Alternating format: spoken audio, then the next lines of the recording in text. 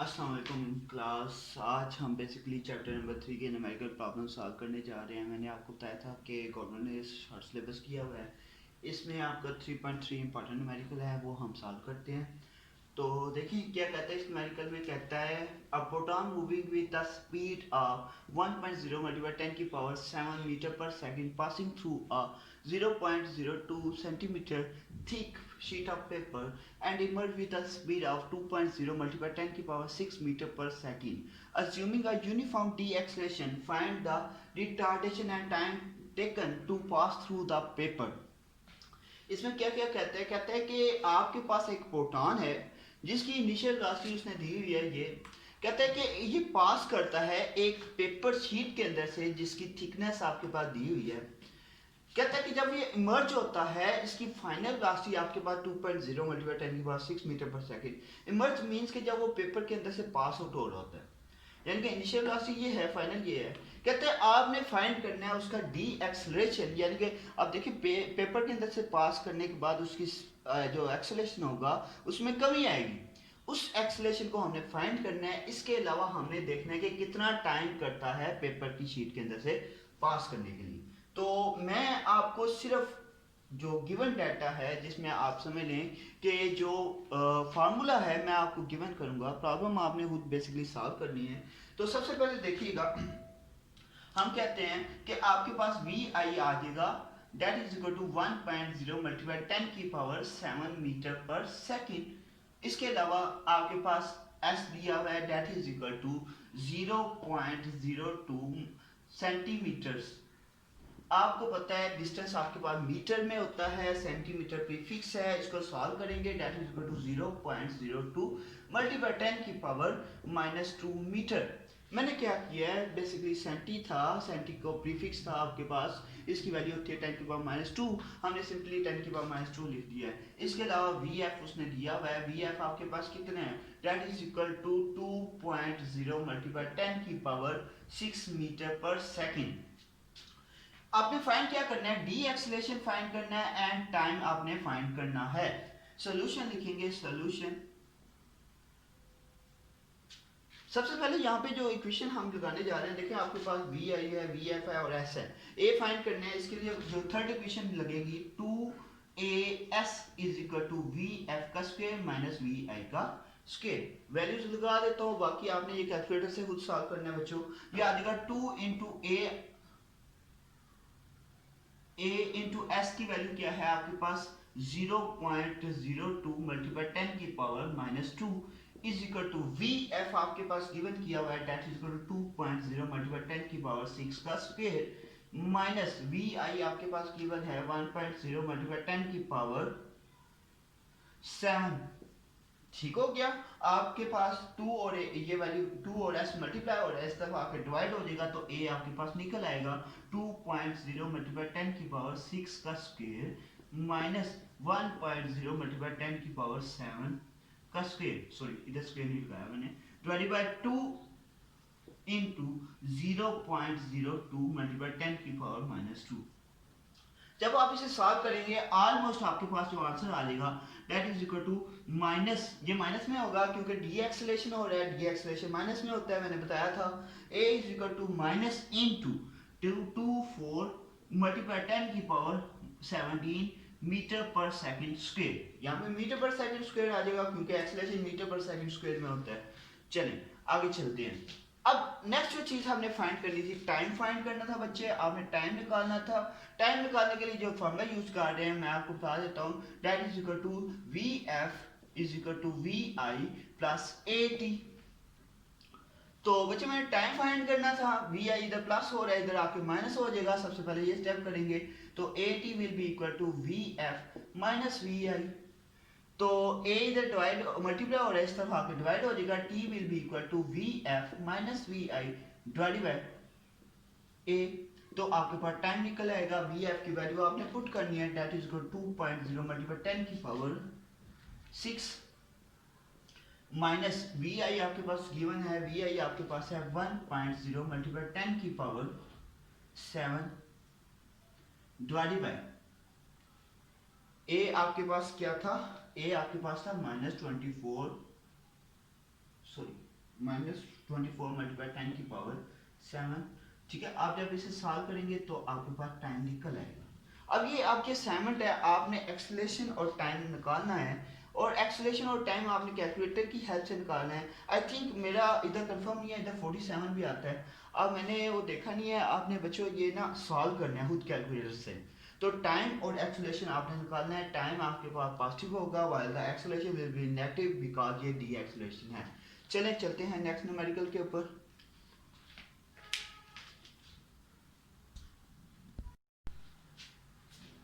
अस्सलाम वालेकुम बच्चों, अब न्यूमेरिकल हम करते हैं सॉल्व 3.6, जिसके मुताबिक वो कहता है boy place a fire cracker of negligible mass in an empty can of 40 gram mass. He plugs the end with a wooden block of mass 200 gram. After ignition the firecracker, he throws the can upward. It explodes at the top if the block shoot out with a speed of 3.0 meter per second. How fast will the can को, यानी कि हमने can की speed find करनी है after the explosion. ठीक है, यानी कि एक्सप्लोड होने के बाद जो कैन की स्पीड होगी वो हमने फाइंड करनी है। तो सबसे पहले गिवन डाटा लिखेंगे। गिवन डाटा आपके पास क्या क्या है वो लिख लेते हैं। सबसे पहले बच्चे उसने कैन का मैस लिया हुआ है जो कि आपके सामने है, लिखेंगे mass of can that is equal to 40 gram. ठीक है, इसे मैस ऑफ कैन है, इसे M1 कह लें बच्चे, चार से इजी लगे।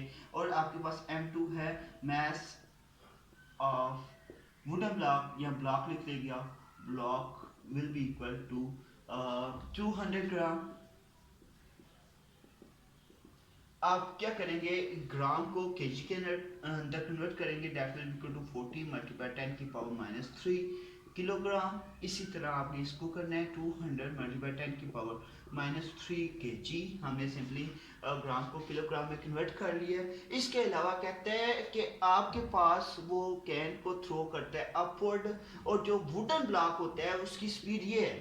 अब देखो वुडन ब्लॉक को मैंने M2 कंसीडर किया, तो then will be equal to V2 prime is equal to 3.0 metre पर सेकंड। अब हमने V1 प्राइम फाइंड आउट करना है।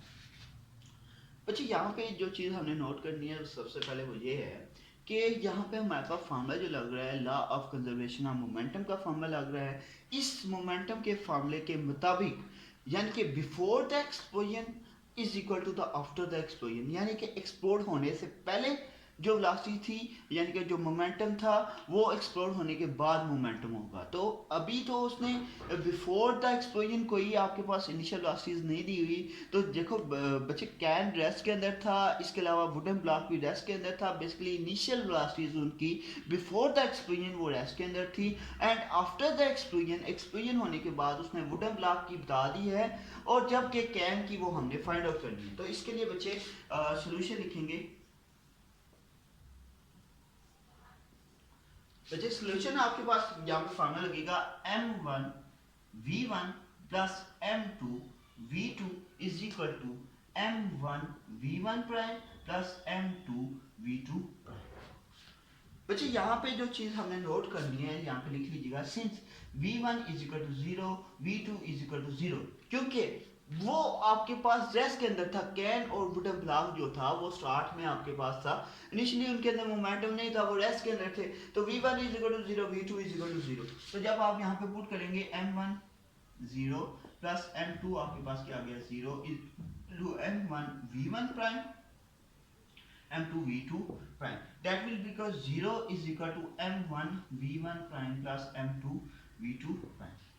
तो बच्चे हमारे पास ये आ गया 0 is equal to M1 V1 prime plus M2 V2 prime.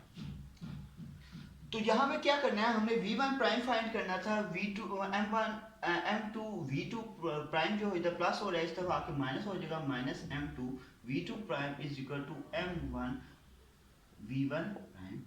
ठीक है, तो V1 प्राइम हमने फाइंड करना था, M1 इधर मल्टीप्लाई हो रहा है इस तरफ आके डिवाइड हो जाएगा, तो V1 prime will be equal to minus M2 V2 prime divided by M1। Simply values put करिएगा, V1 prime is equal to okay सबसे पहले M2 आपके पास दिया हुआ है -200 मल्टीप्लाई 10 की पावर -3 इंटू V2 प्राइम आपके पास दिया हुआ है 3.0 डिवाइडेड बाय m1 आपके पास दिया हुआ है, m1 आपके पास कितना है 40 मल्टीप्लाई 10 की पावर -3।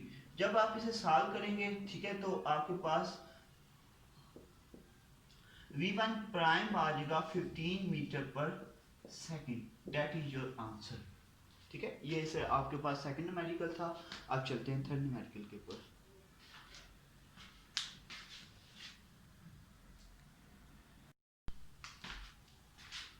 अच्छा बच्चों, अब नेक्स्ट चलते हैं। आपके पास न्यूमेरिकल नंबर है 3.7।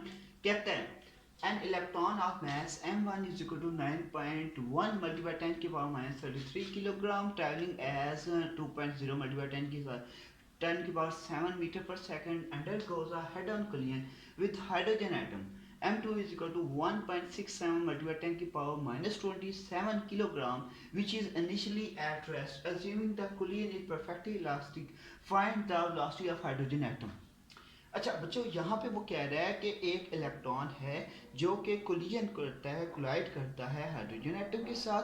अब कोलिजन के बाद, आफ्टर द कोलिजन, आपने फाइंड करना है velocity of hydrogen atom.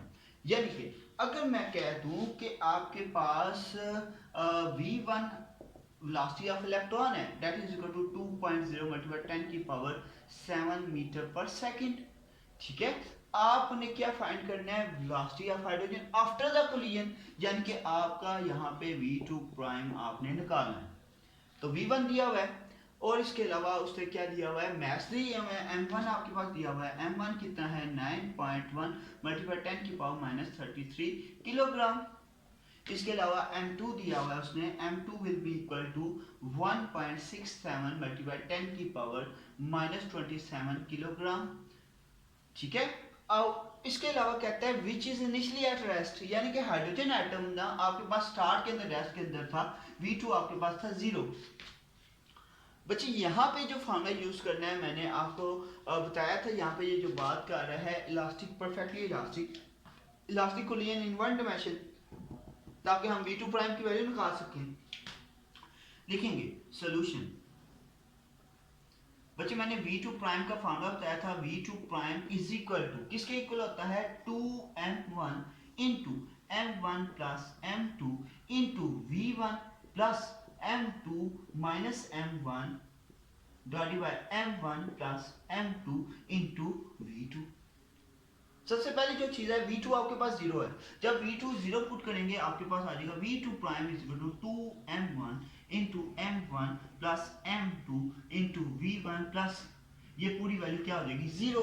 Since v2 आपके पास क्या था 0 था, उस वजह से ये पूरी वैल्यू क्या हो जाएगी आपके पास 0 हो जाएगी। तो अब आपके पास आ जाएगा v2 prime is equal to 2m1 2m1 divided by m1 plus m2 into v1। तो बच्चे देखिएगा v2 prime is equal to, सबसे पहले m1 की वैल्यू लिखेंगे, आपके पास आ जाएगा 2 इंटू m1 आपके पास है 9.1 मल्टीप्लाई 10 की पावर -33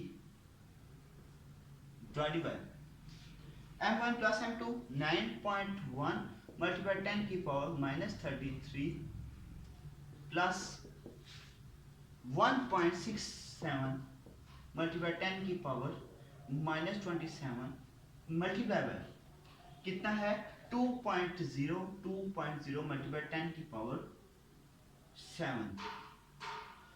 ठीक है, इस सारे को आपने कैलकुलेटर से सॉल्व करना है। v2 prime will be equal to आपके पास आ जाएगा that is equal to 1.87 multiply 10 की पावर 8 मीटर पर सेकंड। ठीक है, ये आपने सॉल्व करना है कैलकुलेटर की हेल्प से, और ये आपकी एज असाइनमेंट है, इसे सॉल्व करना है पूरा मल्टीप्लिकेशन करके आपने मुझे बता देना है कि v2 प्राइम की आपके पास वैल्यू कैसे। चलें चलते हैं नेक्स्ट न्यूमेरिकल के ऊपर, जो कि न्यूमेरिकल नंबर 4 है। हो सकता है मैं एक नेक्स्ट वीडियो बना लूँ इसके ऊपर, ताकि आपको इजीली कवर हो जाए और टाइम भी कंज्यूम ना लगे।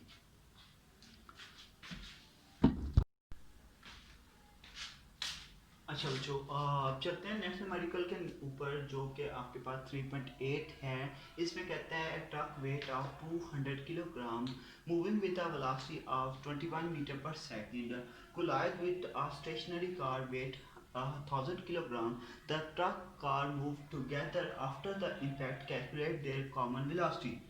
वो यहाँ पे क्या कहता है, गिवन डाटा के अंदर सबसे पहले उसने m1 दिया हुआ है जो कि आपके पास इक्वल है 2500 किलोग्राम। इसके अलावा उसने वेलोसिटी दी हुई है ट्रक की, वो हम लिख लेते हैं v1 is equal to 21 metre पर सेकंड। इसके अलावा m2 दिया हुआ है जो कि इज इक्वल टू है 1000 किलोग्राम। इसके अलावा आपके पास v2 उसने स्टार्ट में कहा था वो स्टेशनरी है, ठीक है। और जो कि हमें फाइंड करना है वो है कॉमन वेलोसिटी, यानी कि आफ्टर द इम्पैक्ट कोलिजन होने के बाद दोनों कॉमन वेलोसिटी के साथ मूव करते हैं। मैं एग्जांपल के तौर पर कहता हूँ, ये आपके पास एक ट्रक है जिसकी वेलोसिटी है v1 और ये एक स्टेशनरी कार के साथ स्ट्राइक करता है जो कि v2 आपके पास 0 था। स्ट्राइक करने के बाद दोनों एक ही वेलोसिटी के साथ मूव करते हैं, ये m2 है ये m1 है, एक ही वेलोसिटी दैट इज v के साथ वो मूव करते हैं। तो हम लिख ले सकते हैं कि v1 prime is equal to v2 prime is equal to v, ठीक है। तो यानी कि हमारे पास कॉमन वेलोसिटी आ गई है, हम ये लिख सकते हैं ये एक दूसरे के इक्वल हैं। तो सबसे पहले इसे सॉल्व करेंगे।